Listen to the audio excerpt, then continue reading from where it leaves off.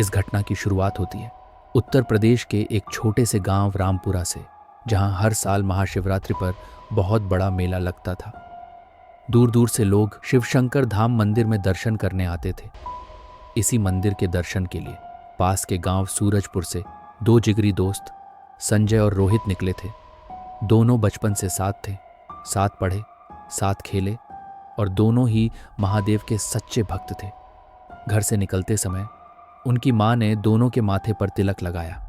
संजय ने गले में रुद्राक्ष पहना, रोहित ने जेब में भभूति रखी और दोनों बाइक से करीब 25 किलोमीटर का सफर शुरू कर दिया। शुरू के 10 किलोमीटर तक रास्ता बिल्कुल सामान्य था।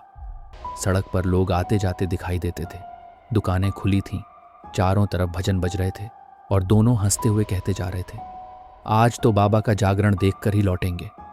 लेकिन जैसे ही वे आगे बढ़े, सामने घना जंगल शुरू हो गया। चारों तरफ ऊंचे ऊंचे पेड़, सड़क के दोनों ओर घनी झाड़ियां, न कोई घर, न कोई रोशनी, बस बाइक की हेडलाइट और दूर दूर तक फैला सन्नाटा। अगले 10 किलोमीटर तक यही सुनसान रास्ता था। शुरुआत में दोनों को कुछ भी अजीब नहीं लगा, लेकिन धीरे धीरे हवा ठंडी होने लगी। मोबाइल का नेटवर्क गायब हो गया, पक्षियों की आवाज़ें बंद हो गईं और ऐसा महसूस होने लगा जैसे कोई उन्हें लगातार देख रहा हो। तभी अचानक बाइक जोर से झटके के साथ बंद हो गई। कितनी भी बार किक मारी, जितनी बार स्टार्ट दबाया, बाइक चालू ही नहीं हुई। संजय ने कहा, शायद पेट्रोल खत्म हो गया होगा, लेकिन टंकी तो अभी आधी भरी हुई थी। तभी अचानक पीछे से किसी के चलने की आवाज़ आई। दोनों ने पलट कर देखा, लेकिन वहाँ कोई नहीं था। फिर पास के पेड़ से किसी औरत के हंसने जैसी डरावनी आवाज़ आई। रोहित घबरा कर बोला, भाई यहाँ कुछ ठीक नहीं लग रहा। तभी दोनों की आंखों के सामने धुंध छाने लगी, सिर भारी होने लगा और कानों में अजीब सी फुसफुसाहट गूंजने लगी, वापस जाओ, वापस जाओ। अचानक सड़क के बीचों बीच एक जली हुई औरत खड़ी दिखाई दी। चेहरे पर खून, पैर उल्टे और बाल जमीन तक लटकते हुए। संजय चीखना चाहता था, लेकिन आवाज नहीं निकली। रोहित की टांगें कांपने लगीं और तभी वह औरत अचानक गायब हो गई। चारों तरफ सैकड़ों परछाइयां घूमने लगीं, पेड़ तेजी से हिलने लगे, हवा में सड़ांत की बदबू फैल गई। रोहित को महसूस हुआ जैसे किसी ने उसका हाथ पकड़ लिया हो। जब उसने देखा तो वहां सिर्फ काला धुआं था।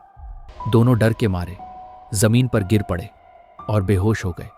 कुछ देर बाद उसी रास्ते से एक साधु बाबा की जीप वहां से गुजरी। उनका नाम था बाबा कैलाशनाथ। उन्होंने देखा कि दो लड़के सड़क किनारे बेसुध पड़े हैं।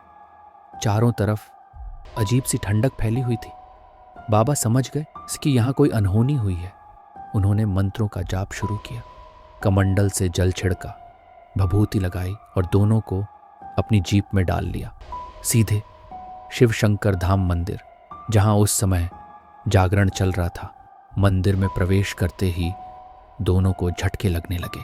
पुजारी ने गंगा जल छिड़का, रुद्राक्ष पहनाया, धूप दीप जलाए, भभूति लगाई और महामृत्युंजय मंत्र का लगातार जाप करने लगे।